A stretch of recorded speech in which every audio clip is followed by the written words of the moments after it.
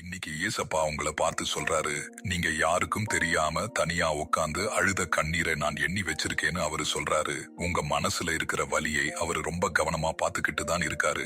கொஞ்சம் கேளுங்க.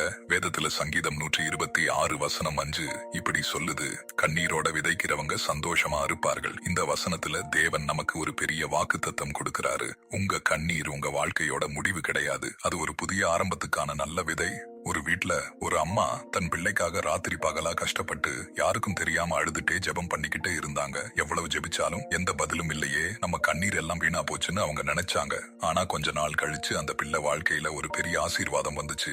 அப்பதான் அவங்களுக்கு முழுசா புரிஞ்சது, அவங்க விட்ட ஒவ்வொரு கண்ணீரும் தேவனுடைய கரத்துல ஒரு விதையா விழுந்திருக்குன்னு. அதே மாதிரிதான் இன்னைக்கு உங்களுக்கும் எல்லாமே முடிஞ்ச மாதிரி தோணலாம். யாருக்குமே உங்க வலி புரியலன்னு கூட நீங்க யோசிக்கலாம். ஆனா தேவன் உங்களை பார்த்து சொல்றாரு, நீங்க சிந்தின கண்ணீர் வீணா போகல. ஒவ்வொரு கண்ணீர் துளியும் அவரோட கையில ஒரு விதையா விழுந்திருக்கு. ஒரு விதை மண்ணுக்குள்ள மறையிறப்போ அது அழிஞ்சு போன மாதிரி தான் நமக்கு தெரியும். ஆனா சொல்ல போனா அது அங்கதான் புதுசா வளர ஆரம்பிக்குது. அதே மாதிரி உங்க ஜெபமும் உங்க கண்ணீரும் ரொம்ப அமைதியா தேவனோட நேரத்துக்காக காத்துக்கிட்டு இருக்கு. இன்னைக்கு நீங்க கண்ணீரோட விதைக்கிறதை நாளைக்கு நிச்சயமா பெரிய சந்தோஷத்தோட அறுக்க போறீங்க.